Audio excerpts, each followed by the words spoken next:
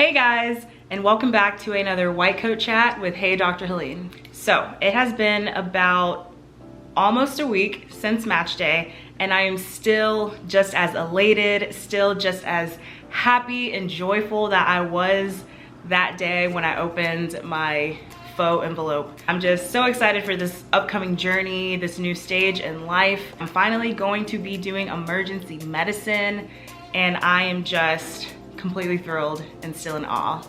But anyways, this White Coat Chat is basically about emergency medicine. So I'm really excited for this video because I'm able to answer a few questions in one sitting. Since match day just happened and all these things are still like fresh on my mind, I thought it would be the perfect time to record this video. Alrighty, so let's just get right to it. The first question is, why did you decide on emergency medicine as your specialty?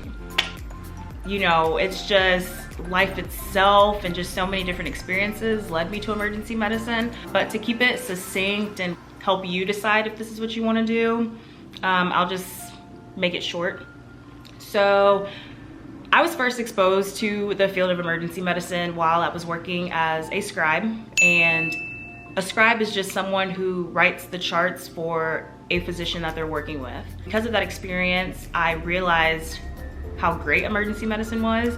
I started to kind of see myself as the physicians I was working with, like, oh, I can see myself doing that. And so that was kind of my first exposure. However, when I went into medical school, I wanted to keep an open mind. So I looked into pediatrics, like I was the president of the peds interest group, and realized that I didn't want to do that. But it wasn't until the second half of my first year of med school when I realized that, wow, okay, I do want to explore emergency medicine. So I started shadowing in the emergency room. I started to really see from a medical student standpoint how it is to be an emergency medicine physician. I love the fact that you have a wide array of pathology. And what I mean by that is that I will see people with headaches, with chest pain, with foot pain, with heart attacks, with strokes, with comorbidities like hypertension, diabetes. I will literally see such a wide array of medicine in my everyday work, and that I loved. I knew I didn't want to specialize. I wanted to have a general practice of medicine in multiple body parts. And so emergency medicine was one of those fields. Of course, you can also do family medicine, internal medicine, but the reason I didn't choose those is because, two, I love the high acuity of cases that you see in the emergency room. So you have to make quick decisions and you need to be quick on your feet. Anybody comes to the emergency room with any complaint. And so you always have to just kind of be up to date on a lot of aspects of medicine. And I love that aspect of it, and be able to treat people who are in true emergencies. Some people try to call emergency medicine physicians as adrenaline junkies, which, I mean, there may be some truth in that, but I don't think that we're all just adrenaline junkies, like wanting to like hold people's lives in our hands every single day that we go to the hospital. It's just, I think that we're, or at least for me, I have the desire to want to be trained in order to make life-saving decisions, and I'm okay with that responsibility. I also love the fact that emergency rooms never turn a patient away. So being that an emergency room is open 24/7, okay, let me make that clear. 24/7. You will serve every patient as if that is your own grandmother, father, son. You will not turn patients away because of their lack of health insurance, and no. And I love the fact that I can serve the underserved in an emergency setting. And that's why, for me personally, I applied to a lot of emergency medicine programs that were county programs. And essentially what a county program is kind of like a hospital that has lower amount of resources, but truly serves the underserved population. It's usually in an urban city, and like a big homeless population kind of surrounds the hospital, and that's where they get their care. And so these patients usually don't have a primary care physician. They don't have like better access to care, and so we're kind of their last resort. I love the fact that in the emergency room you can do procedures, so I knew I wanted to work with my hands in my career. But I knew I did not want to work with my hands to the point of being a surgeon, like in an operating room, because that is just not fun for me. I always got along with the staff, with the physicians I was working with. I was always told that I would be a great fit. They were kind of my people, and you'll hear a lot of the time in med school, like, when people find their specialty, they're like, these are my people, because you just mesh with them so well. And you know, that was also another sign, like, hey, like, keep exploring this option. I also love the fact that in the emergency room, your schedule is pretty flexible and you work shift work. And so shift work just means you come to work from this time to this time, and like, that's it. So if my shift is from, you know, 3 p.m. to 11 p.m., that means I'll come to work around, you know, like 2:45, whatever, and then I'll leave around 11 or 12 midnight, whatever. But basically by the time that I leave, like, I don't take my work home. Like, I'm done. Like, nobody's gonna call me. Like, I'm out, okay? Additionally, I am very interested in international emergency medicine, and I've gone on a few mission trips abroad. I love the fact that there's so much flexibility in doing that in conjunction with my career here. Emergency medicine just gives me the flexibility to do all of those things, and that's the reason that I love it. And I love the teamwork in the emergency room. You know, everybody is here for the patient. We have the nurses, the docs, the respiratory therapists, the CT techs, the radiologists be down there. Like, everybody is just there working together. I love the teamwork and camaraderie. I mean, I grew up playing a sport. The teamwork, I just love. I love the fact that we're the gatekeepers of the hospital. Just love being at the front lines of their care. But there are some downsides to emergency medicine. I'm gonna keep it real with y'all. So one thing is that being the gatekeeper of the hospital, a lot of the time you won't get the credit for saving someone's life. So even though you were the first one to see them, you knew exactly what was wrong, you knew where to send them, you did the right tests, you just may not get that recognition from the patient. And a lot of people may not like that. Personally, I don't care. As long as I, in my heart, knew that I did everything that I could and did right by this patient, I don't care if I get recognized or not. Like, it's not about me, it's about the patient, and it's about something much bigger than me. But some people may want that recognition. They might want to hear that thank you on a daily basis. And sometimes as ER docs, you're not gonna hear that. And a lot of the time, sometimes patients come to the ER very frustrated because they've been sent to so many different people, and so then they finally come to the ER and they just come in with a bad attitude already. Haven't met you, don't even know anything about you, but they already hate you. And that's just something that you gotta deal with. You gotta walk in with a smile, keep it moving.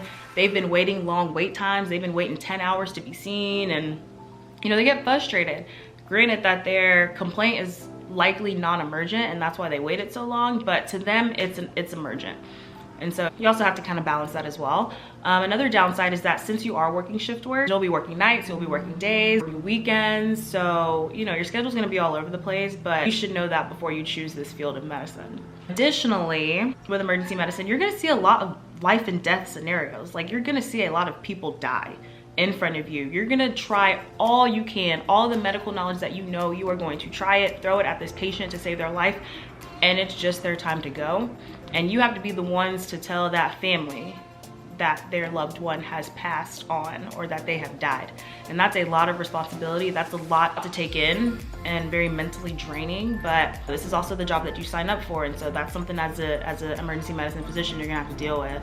And then on top of that, some patients may come to the emergency room already dead, but because you were the last to touch them and pronounce them dead, the family or of that loved one will blame you.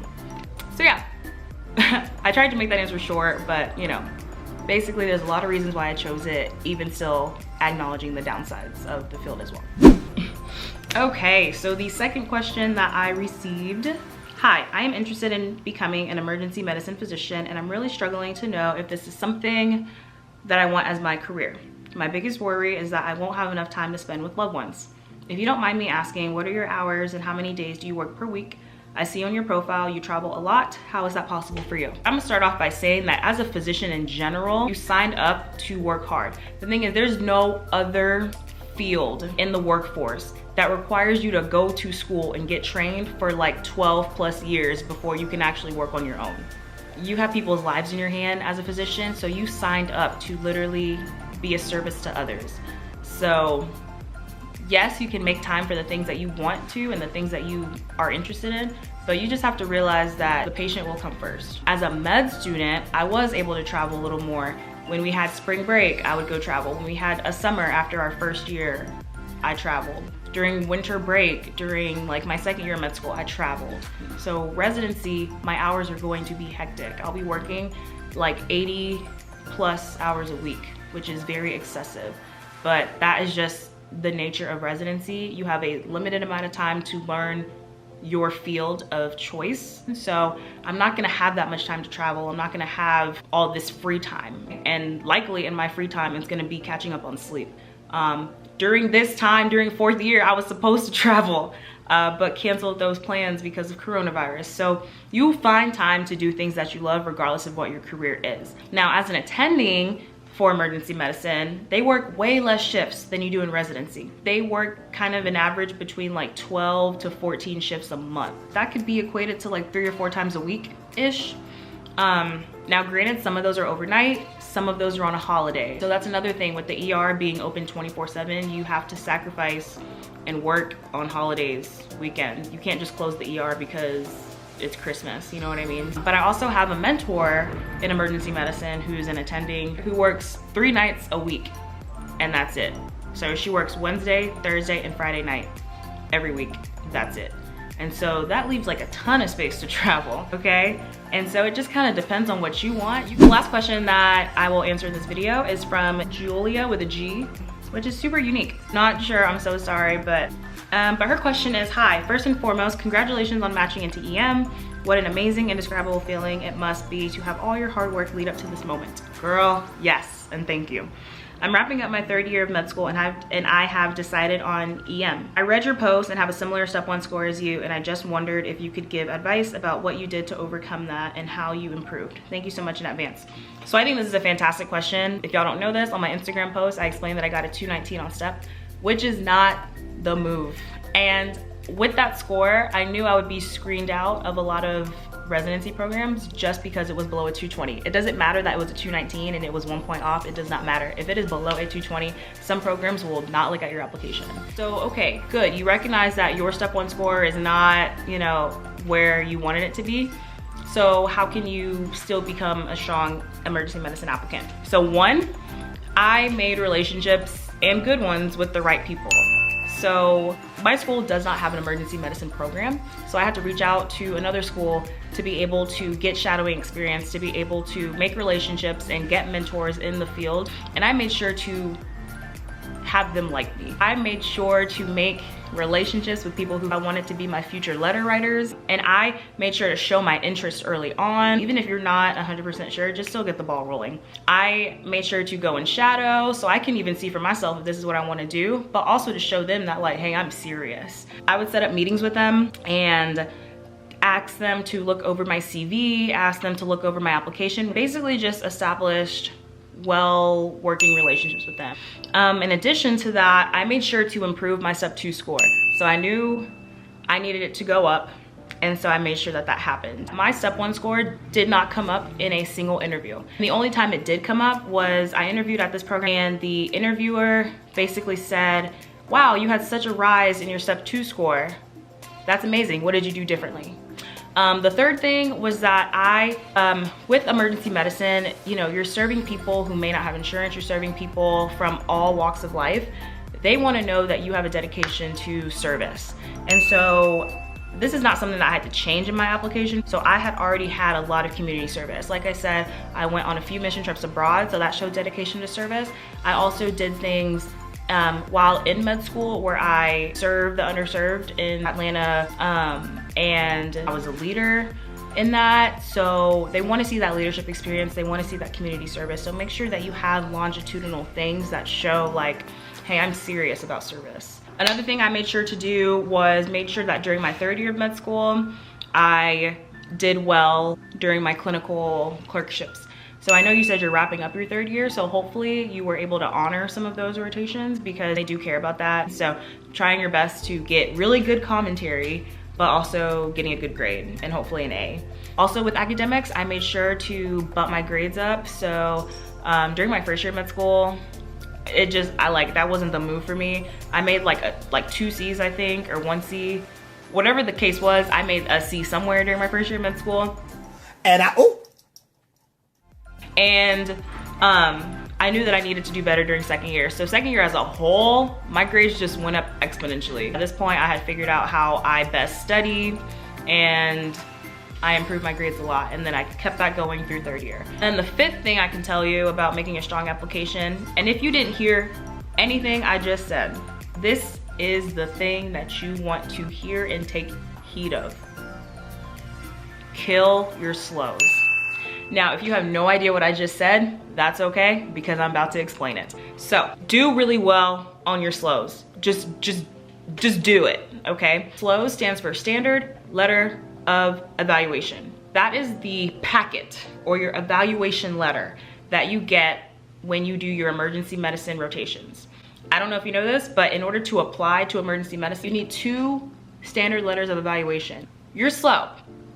I'm gonna make a whole nother video about how to do really well on your slows, but essentially you want to be ranked in the upper third, you have great commentary, and commentary as in like works really well with others, you know, was able to diagnose a patient that had a DVT and get them admitted in a timely manner or whatever.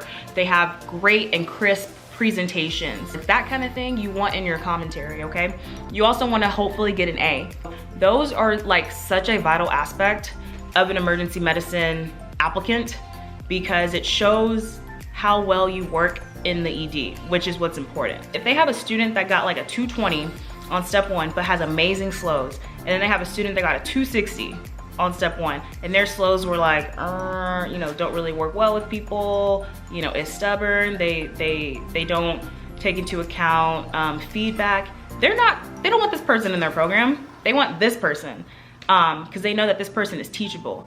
So you really want to knock those out of the park, because if you do that, baby girl, you will have a fantastic application, okay? And basically what I did to boost my application to be a stronger applicant because of my lower step 1 score.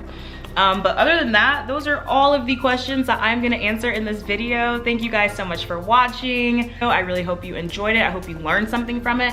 Please comment below with anything else that you want to see. I'm also going to be interviewing some of my classmates that matched into other fields of medicine and ask them kind of these same questions, like why did you choose this one? How did you become a strong applicant? Things like that, so that y'all can also get information if you're interested in something other than emergency medicine. So comment below what specialties that you want me to go after. I'll also interview attendings when I, you know, start working again and go to the hospital, since, you know, we're banned.